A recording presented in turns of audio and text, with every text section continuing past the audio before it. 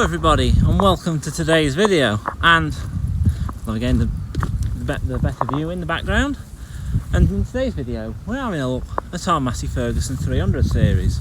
So we actually run 4 300 series Masseys. We actually run a Massey 399 as well, but that's boxed in a shed, so I've not got that out. But I thought it'd be a good time. I've actually used all 3 today, so we've got them all lined up and we can have a look around them and see what the differences between them all are. So we'll start off with the oldest one, which is the Massey Ferguson 390 two-wheel drive. So there's 2 390s near enough identical. So there's 2 390s and the 390T, which is there. So we'll start with this is the oldest one. This is the one that's been here the longest. So it come here in about 1994. My dad and my granddad bought it. It come off a local dealer to us. The sticker is somewhere on it somewhere. There we go, it's on the back. Supplied by Burgess's. They're no longer a firm anymore. They used to have a depot just down in Bakewell. So it's actually Torn Valley now, if anyone knows Bakewell. So where Torn Valley is, that's what used to be Burgess's. And that's where this tractor originated from. And before that, a farmer near Lytton, he had it. He had it from new, as far as I'm aware. I think after he had this, he actually went on to John Deere's. So, not sure if it put him off Massey's, I don't know. But we'll just have a quick look at it. So it's sort of a standard 2-wheel drive. It's very original, this. You'll see from a previous video, it's had 2 new tyres on the back. It's currently got a slurry stirrer on. We've been pumping slurry with it. But it's a 1989 model or 1990. The 8 wheels have the date stamped on them, which is 1990. It's a G plate. Shut the back window. It's a G plate up there, G reg. Local number plate that is, because it spent most of its life in the area. Like I say, a farmer not far from here, he had it new in 1989 or 1990. But it's got the standard 4-cylinder engine on it. It's not the T, it's just got the standard. It's not turboed.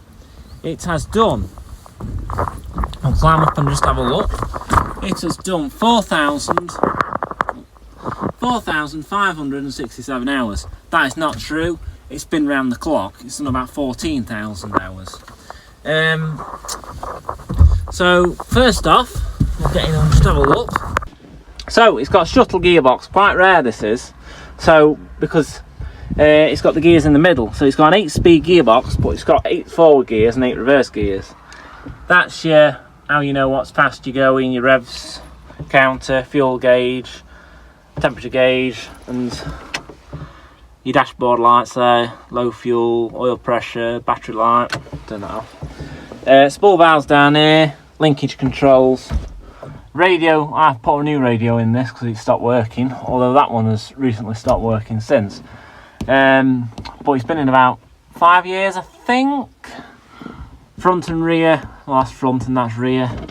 Work lights, blower, interior light, speakers, sunroof. It has had a new sunroof at some point because my dad went in a shed once with it and took the sunroof off, so that is a new sunroof. But we'll get back off now. Oh, actually these are your other light controls, your windscreen wiper, your blower, horn, indication, ignition, pull to stop.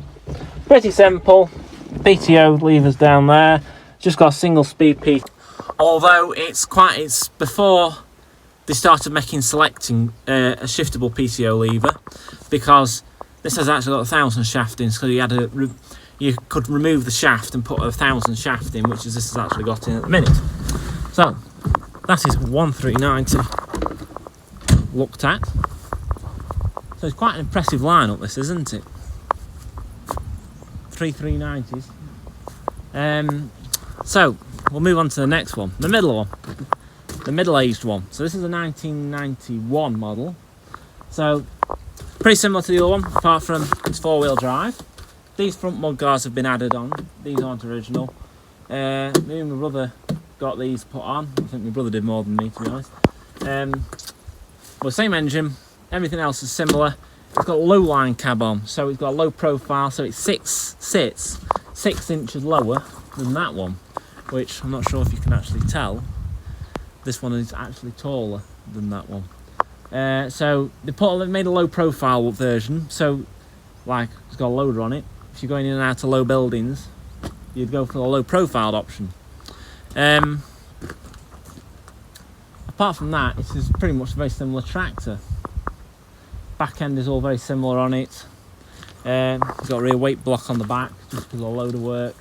But with it having a low profile cab, well, look at the Highline cab first. The floor in here is flat. Apart from the little hump where the gearbox, where the gear sticks come up, it is near enough flat.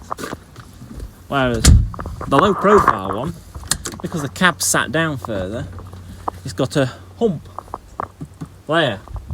So it's got a hump in the gearbox.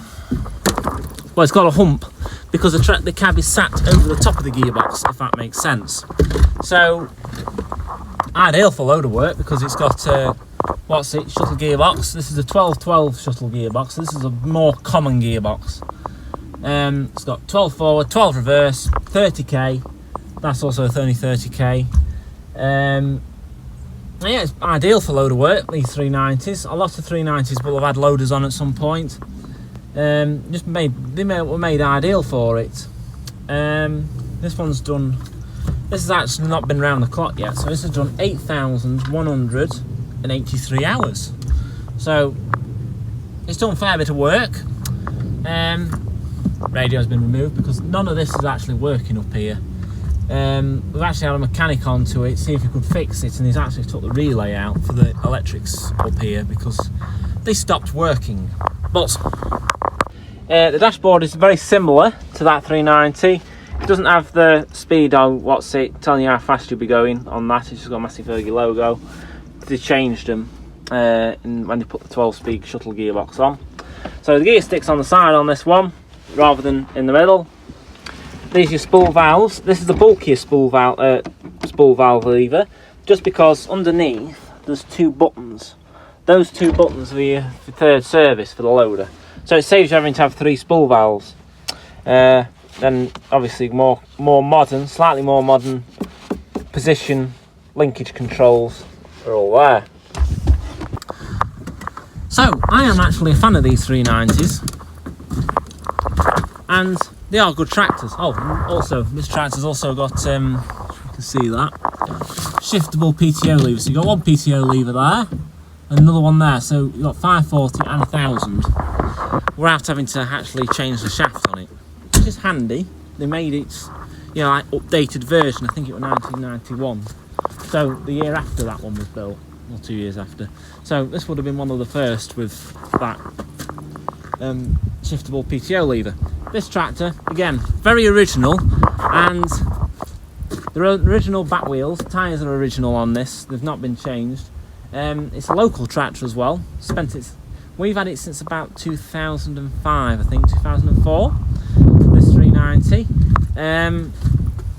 It spent most of its previous life, again, near a farm near Tideswell, not far from Tideswell, at Peak Forest, if anyone knows where that is. They had it new, far as I'm aware, and then I think when it got to like 10 or 12 years old, they swapped it and had a new one. And yeah, my dad went and bought the old one. So we're the second owners of both these 2 tractors, both 390s, and they've both been very local tractors. They've never gone far, they've not been bought, they've not come many miles in their life. So this tractor came, I can't remember what it replaced. But this one with a loader replaced a 290. So we had a 290 before this with a loader, and it had an 80 loader on it originally, and then the boom cracked, I think, on it, and it got replaced with an 85 loader. So that was also 4-wheel drive, but it had problems with the front axle on it. And I think what it was, used to lose oil through the front axle on the 4-wheel drive 290 that came before that. But again, this has been an alright tractor, never caused many problems. been quite reliable. It has just had to have a new starter motor on it, which is the second in 3 years. Not entirely sure why that was, but just stopped trying to start. Yeah, stopped starting with us, which was a bit annoying, but that should be sorted. Apart from the electrics in the roof, the top lights aren't working on it, but we'll forget about that in a minute. So, we'll move on to the next tractor in the lineup, the 390T. Now, my personal favourite, this one. My go-to tractor if I want to do anything. So, it is the newest one of the lot. It's a 1995 model. It's got the 18 speed shift gearbox in it, which I really like.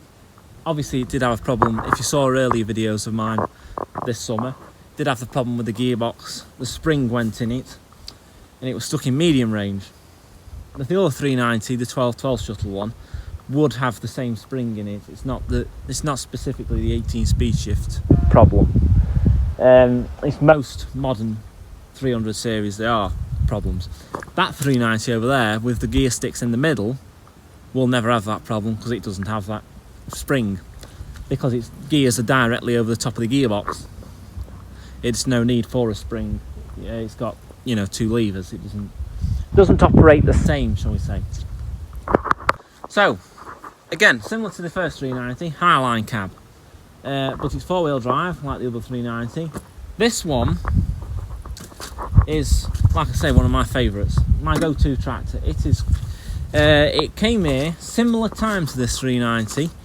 It didn't directly replace a tractor. It came basically because we'd had the 399 about 10 years, and my dad wanted another tractor similar to it, but a bit smaller, on a bit smaller wheelbase. Mainly for, at the time, they were buying in a lot of straw, and they wanted a tractor that was 40k, that would go some distance to pick whole straw, and basically, you know, be another big tractor on the farm, basically, if that makes sense. It's done a lot of road work, this tractor. It's actually on its original tyres, and it's actually in dire need of some new tyres, if I'm totally honest with you. But because it does a lot of road work, we don't want to really wear new tyres out. So it's, like I say, my go-to tractor if I want to do anything with. Like at the minute, it's got a muck trailer on because I've just been mucking some calves out with it. So it has just actually had a new seat on as well. Very, very posh, that, isn't it? So it's currently on 7,329 hours. So it's been fairly reliable. Apart from the spring that went in the gearbox, nothing major has gone wrong with it. So the cabin here is a lot more sophisticated, shall we say. You've got your 4-wheel drive and diff lock have been moved from there, whereas previously the diff lock was there and 4-wheel drive had a switch down there. More modern fuel gauge, temperature gauge, even the dashboards, you got your range selector on there. It's a lot more tidy in my own opinion, and just the light switches are the same. You've also got flashing beacon, front and rear wash wipes, yeah, lights. I've put a new radio in this as well, but definitely the nicer tractor in my own opinion. They did definitely improve them, but I could look at that view down the bonnet all day long. It's a nice view from here, and its visibility in these cabs is really, really good as well. Not just the 390T, the 390s have got very good visibility in my own opinion. Did have a new clutch. Ooh, it's gone a long time now having a new clutch. I would say about 2007. I know it had got about 3,000 hours on at the time, so it's done about 4,000 hours on the original clutch, on one clutch, if not on the original, the second clutch. So it's done, like I say, done 4,000 hours on one clutch, which is pushing it a little bit. To say that it's done a lot of slurry tanking, a lot of slurry spreading, which again will be pulling, you know, it's doing a lot of heavy work. It only really does slurry spreading in the summer months, if that makes sense, but it is definitely one of my favourite tractors. It does the majority of the fertiliser spreading. It's handy for that because it's like a little nimble tractor. You get quite a few of these these.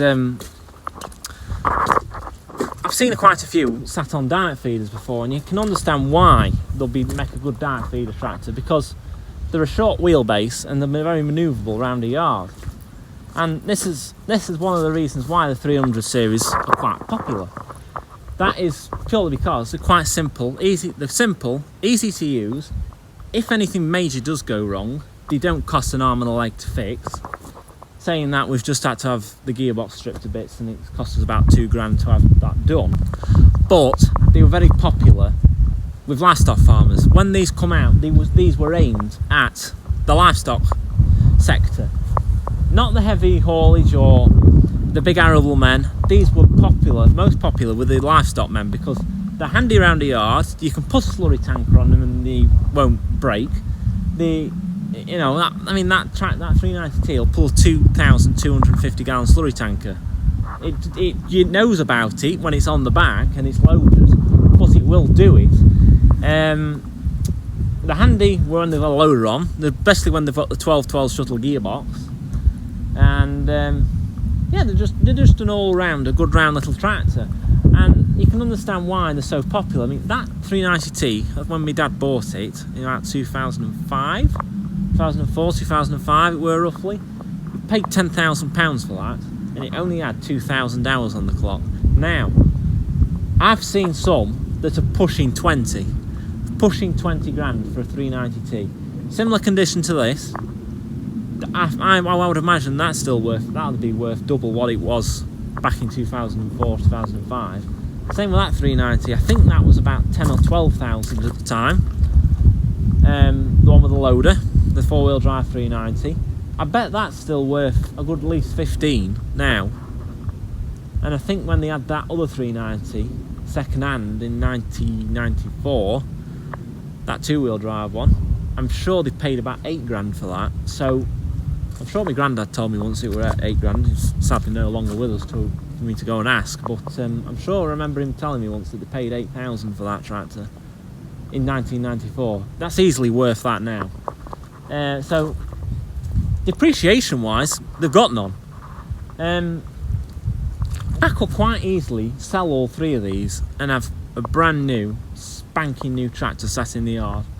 Well, the problem, actually, I bet all 3, if I sold all 3, they wouldn't even buy a brand new tractor.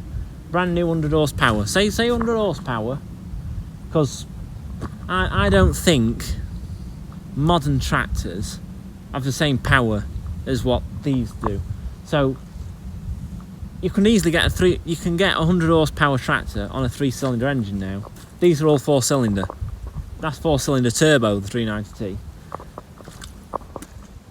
Nowadays, I think they're getting more horsepower out of a smaller engine, and I don't think it's just as good, in my own opinion. I wouldn't feel confident enough for a 100 horsepower 3-cylinder tractor on a 2,250 gallon slurry tanker, whereas I put all my faith in that it'll do it all day long. But yeah, so I'm going to put a clip in this video of what I found on YouTube, and I'm pretty sure I won't get copyrighted for it. It was actually a promotional film for the 300 series when they come out, when they were in production. I think it's dated 1994. So I'll see if I can put that in. And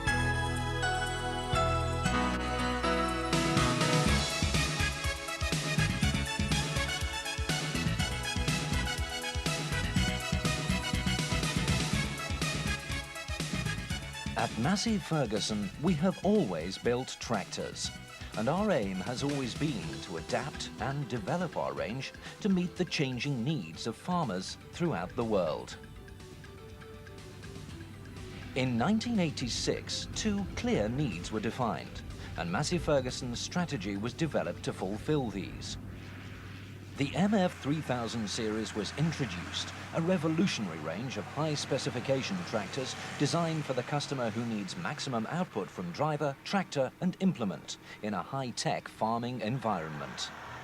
We also launched the MF300 series, which carried on the evolutionary process of the Massey Ferguson family. a range of tractors for the farmer who needs a general-purpose, versatile workhorse, and one that is great value for money.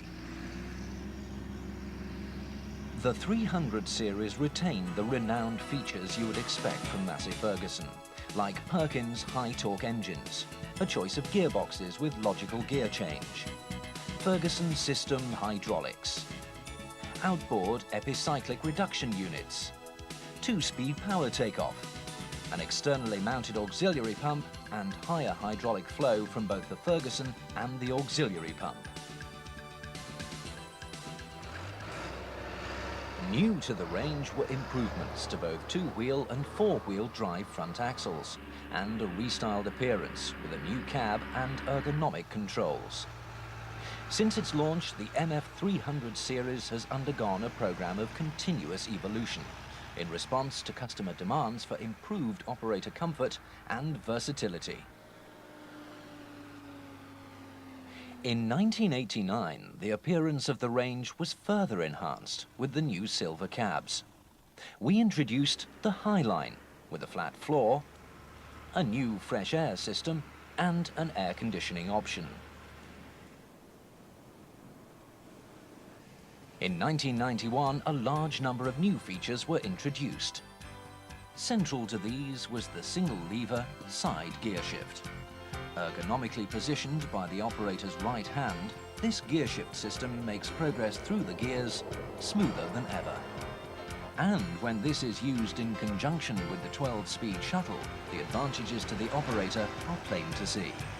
Once again, the location of the shuttle control, to the left of the steering wheel, is highly accessible. High, medium and low ranges are selected with a simple forward or backward movement. A light on the instrument console confirms the range selected. From this point on, first, second, third and fourth gears can be selected in the traditional Massey Ferguson logical sequence. In addition, where faster transport applications are required, this transmission can be specified with 40 kilometers per hour. The careful positioning of this single lever doesn't hinder the operator's use of other controls in any way and leaves a completely clear cab floor. So, with the new shuttle lever, the operator has a fully synchronized, sequential 12-speed shuttle transmission at his disposal. In addition, a creeper version is available on both 2- and 4-wheel drive tractors, operated by a lever conveniently placed and protected against accidental engagement. But that's just part of the 12-12 transmission. The 4-wheel drive engagement mechanism allows engagement and disengagement on the move. On the 12-speed shuttle, control is even easier, with a hydroelectrically powered mechanism operated via this console-mounted rocker switch. Another advantage of this electro-hydraulic system is that the 4-wheel drive is engaged the very moment the brakes are applied. More than that, if a loss, this maintains 4-wheel braking, both in motion and when parked, for reassuring stability and safety. Operation of the handbrake also engages the 4-wheel drive to ensure full braking effect through the handbrake system. You'll also notice on 4-wheel drive models that by pressing this console-mounted rocker switch, both front and rear differential locks are activated simultaneously. What's more, to warn that the diff locks are engaged, the switch, as well as a warning light, are illuminated. On 12-speed shuttle models, the in-cab shiftable power takeoff system is standard. On others, it's an option. This shiftable system is available with either 540 economy or 540 1000 speed versions. Conveniently placed to the left of the operator's seat, these power takeoff controls provide speed selection, engagement and disengagement with a neutral position. In neutral, the PTO shaft can be turned freely by hand for easy implement attachment.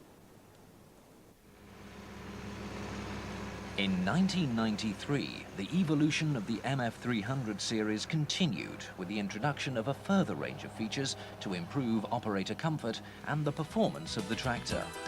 These included a super light clutch pedal actuation, an improved foot throttle, an easy read instrument panel, a centralized warning light cluster, a fingertip stalk for the main beam flashers, indicators and horn, a right-hand control console, a super safe four-wheel drive parking lock, a roof-mounted switch panel, a convenient push-switch interior light, a relocated air control panel, a new high-quality radio and speakers, a roof-mounted folding beacon, and a rear wash wipe.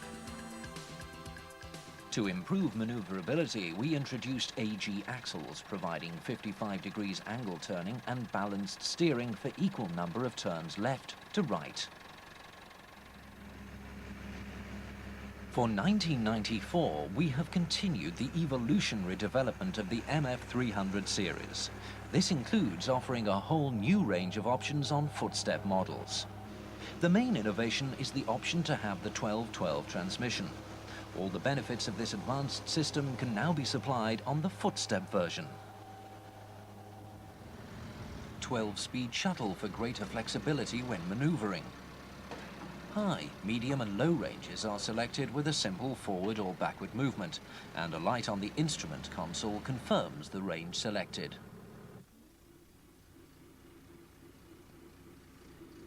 First,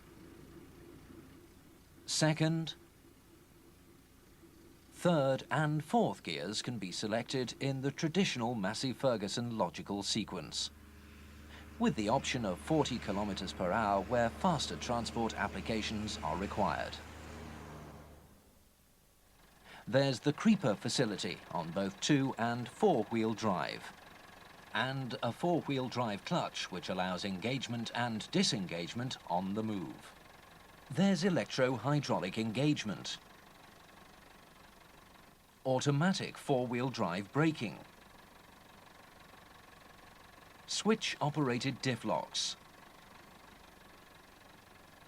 a super light self-adjusting clutch, the benefit of shiftable power takeoff with the choice of 540/540 economy or 540/1000 speed version with smooth and gradual engagement. And the hydraulic console, which has been redesigned to improve both ergonomics and the tractor's appearance. All these new features significantly enhance the MF300 series range of footstep tractors.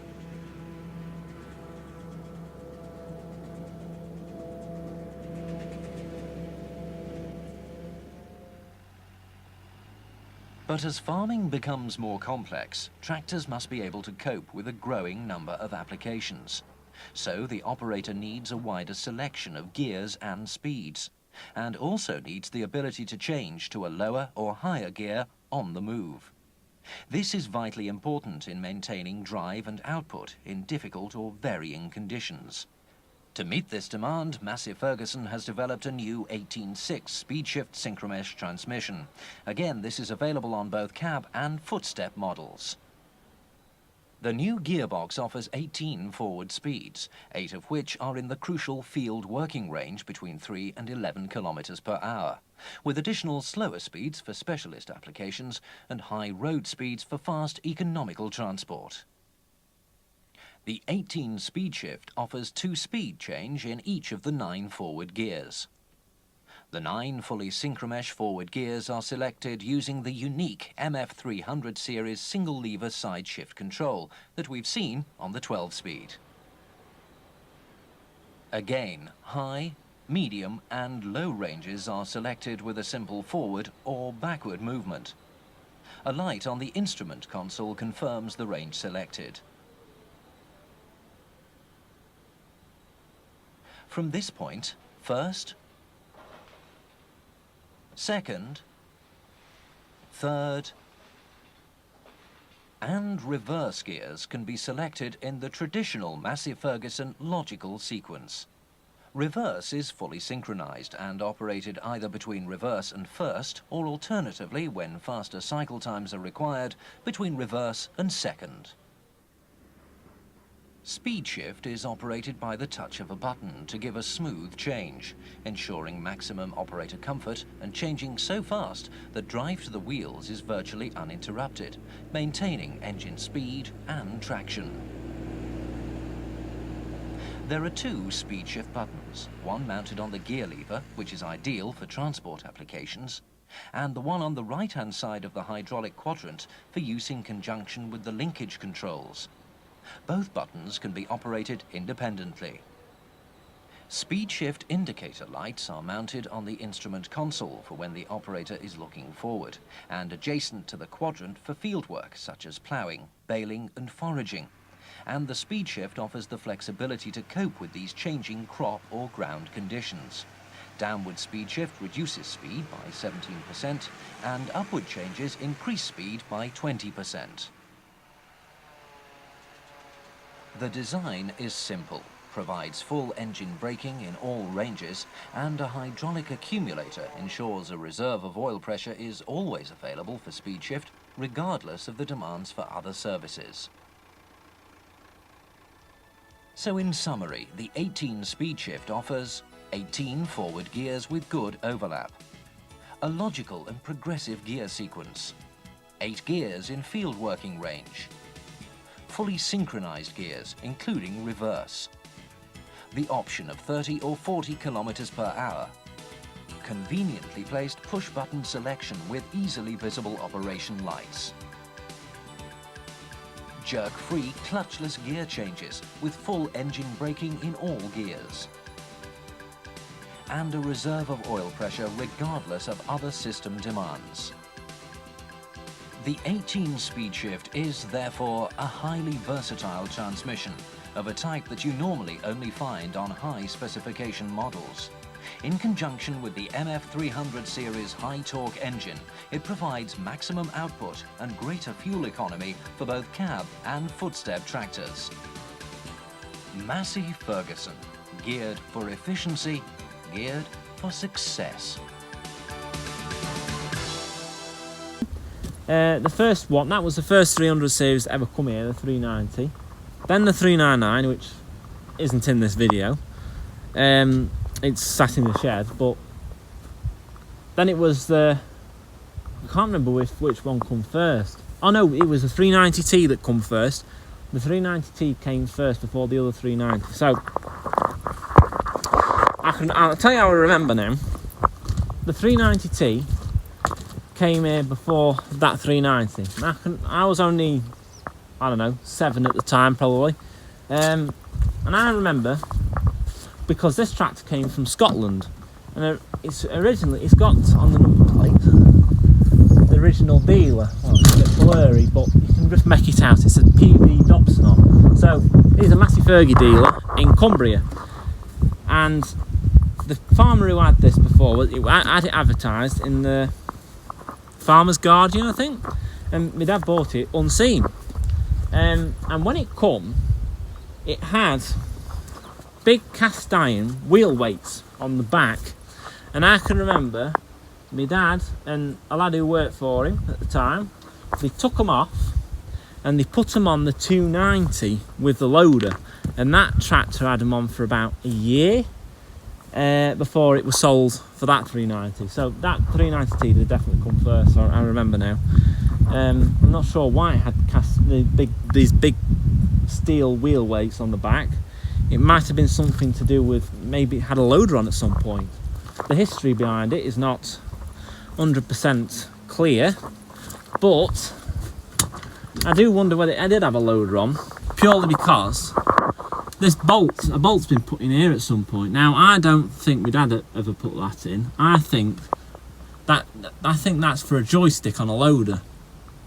So whether it's had a loader on at some point, I don't know. And that might have been why it had these big ass wheel weights on the back, because that's generally what you put wheel weights on for. You want to counterbalance whatever's on the front. Unless it had been used for something like know, some like cultivation work where it wanted some weight on the back end for some reason. I don't know, but yeah, hopefully that you've enjoyed my little tractor tour of the 300 series. But my personal favourite is definitely the 390T. It's the most comfiest. It's also 40k, whereas these two are only got 30k gearboxes in them. So it's definitely quicker on the road, and it is my go-to tractor. If I have to go up the road for anything, I'll definitely go on this one over the other two. But hopefully you've enjoyed it. If you have, please get a thumbs up and subscribe below, and let me know what you think to my little tractor tour of the 300 series. But hopefully that explains why we run them. Right, so it didn't seem right leaving the flagship tractor out of the fleet, as we would call it. So 399 is in here with the baler on. As you can see, it's wedged in with the wrapper. So why I didn't get it out and take a line-up picture of them, but couldn't leave it out in the end. I thought it's a bit mean, but I'm being mean on the old girl. So this is only one of our 300 series that came here brand new. So it came here brand new in, I think it was like December 1994. 100 horsepower, standard 6-cylinder engine in it. It's the only one that we've got that's 6-cylinder. Came off Sharrock's. There you go, Sharrock's. It's got a sticker missing on this side, to be honest. Could do with getting another one. But that's just because this side of the bonnet's been resprayed. It got a bit, the paint faded on it, and we can't be having that. We've got to have it looking at best. It did used to have one across the top of the windscreen as well, I seem to remember. But yeah, it's a changeover model, shall we say. So it's an 18-speed shift, but it's got the old 6-stud front axle, whereas the 390T, you know, just had the 8-stud front axle. So they only made them for about 6 months, I think, with the 18-speed shift and the 6-stud front axle. Because I think the 18-speed shift gearbox come in like June 94, and then January 95 they changed the front axles on them.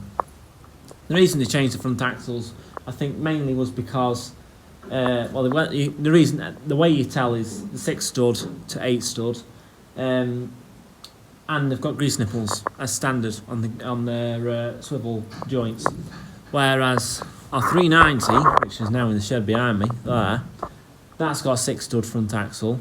Didn't have grease nipples on it as standard, but the previous dealer or owner has drilled grease nipples into it, purely because they were finding, mainly for loader work, the weight of the loader on the front end, picking heavy things up and down, was doing the bearings in the swivel joints. So put a grease nipple in, solves the problem. This has never had a problem. It hasn't got grease nipples on, but it's never been a problem because mainly this tractor's for heavy work. So I mean, I won't say round baling's heavy work, but it does take a bit of power out of the tractor. Hauling the slurry tanker, that's heavy work considering. But originally it was bought by my dad to pull a trail forage harvester that they were at the time. That was going to be his main job. Now it just does the round baling. So it's still top dog in the fleet. But it's very similar to the 390T inside the cab. I won't go in and have a look, but I thought it was worth a mention, putting it in the video. But yeah, standard. I think they're 104 horsepower, top of the range. And yeah, I hope you've enjoyed this video. So if you have, please like and subscribe, and that's a little tour of our Massey 300 series fleet.